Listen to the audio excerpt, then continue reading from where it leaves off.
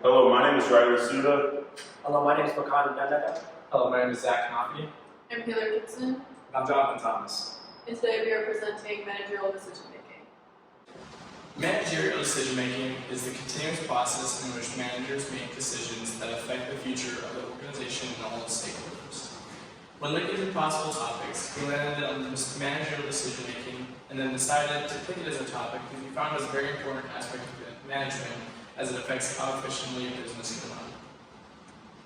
Why it's important.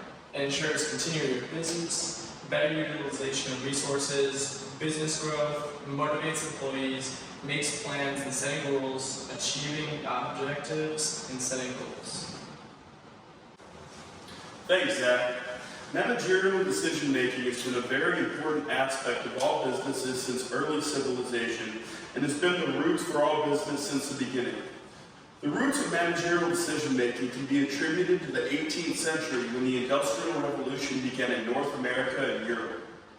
Machine operating and new technology required businesses to rethink the way they came up with big decisions. A pioneer of this new way of thinking can be attributed to Frederick Winslow Taylor. In the early 20th century, he pioneered a new scientific way of managerial thinking, which was the principle of scientific management. According to the article written by Patrick Ward, Taylor's scientific method reflected on how the organization and employees should work together, strive to get the most out of one another, and be compensated for their efforts as it's in everyone's best interest. This new way of managerial thinking used quantitative ways to optimize workplace efficiency and thoroughly analyze the workplace and processes that went on within it, while both focusing on getting the most out of managers and workers so both benefited. Later on, in the mid-20th century, the managerial decision-making shifted, including human relations and system approaches. This new way of thinking put a lot of emphasis on human factors involved within organizational decisions. This also brought the need for managers to put more emphasis on relationships that go within different parts of organizations. According to the BFT article titled A Brief History of Decision-Making, Part 1, a big breakthrough in the United States happened after World War II. A campaign made to promote the consumption of organ meat gave a shocking reveal about group dynamics. Enlisted to help with the campaign, Kurt Lewin discovered that people were more likely to follow a diet if they were thrashed out with others instead of being lectured about eating habits and dieting. This sparked Lewin's influential field theory that said actions were decided in part due to social context, and then even with different perspectives, group members would act together to achieve a common goal.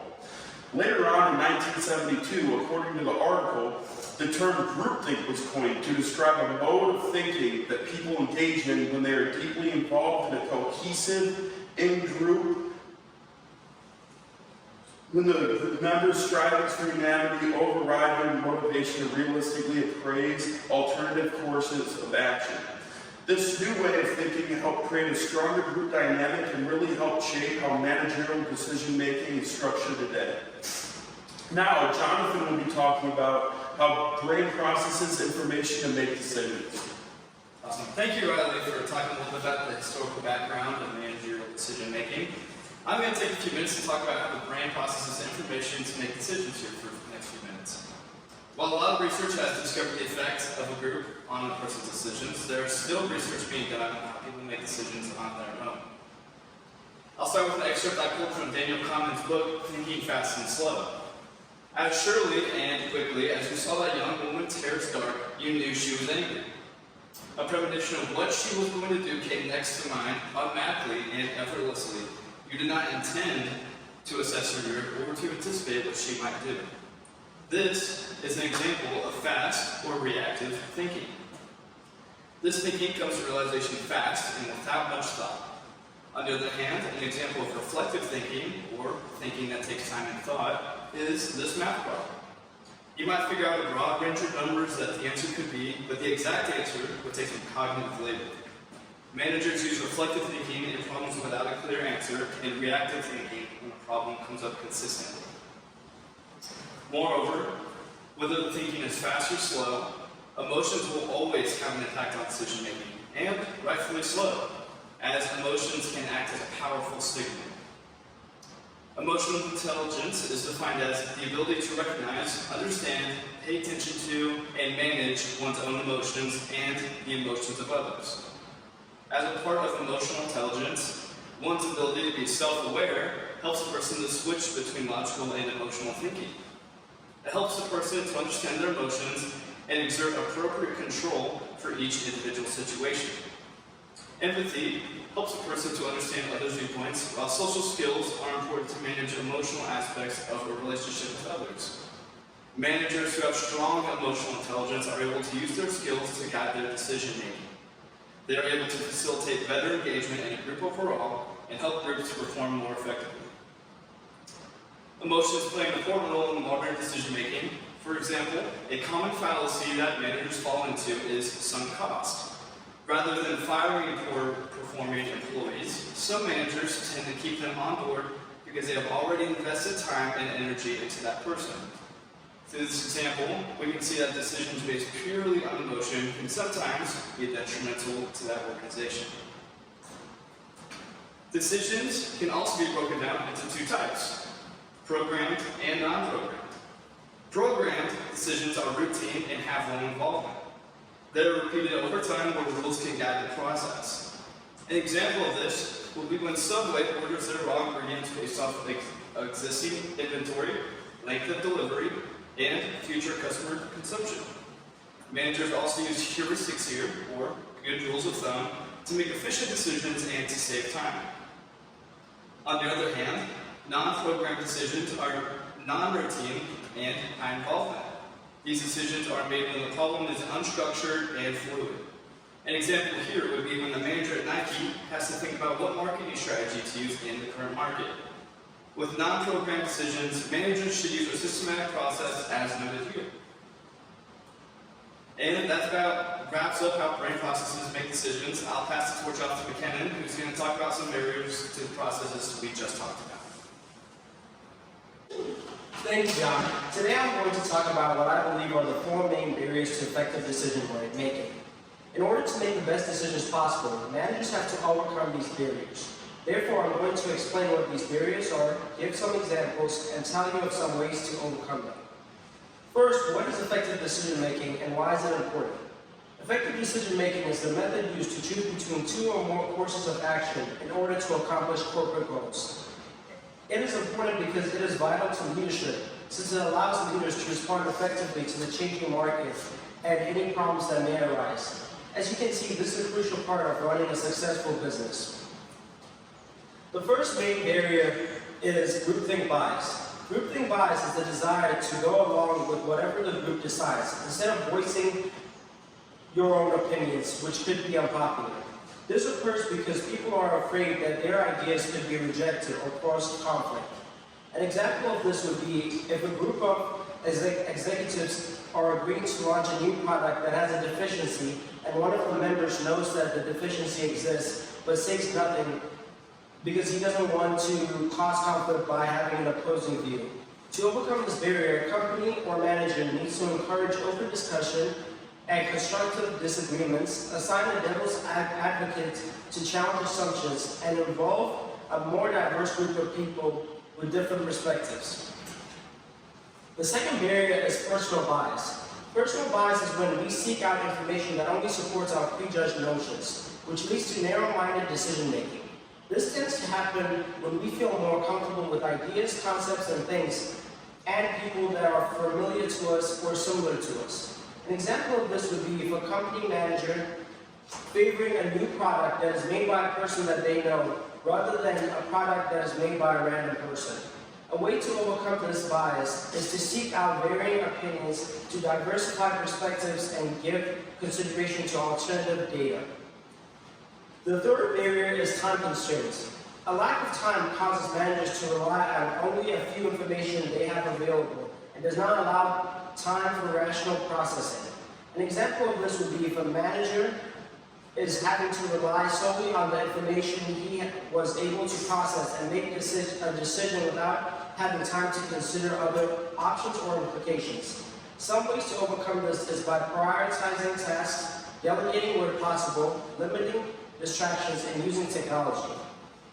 The final barrier is risk-taking ability.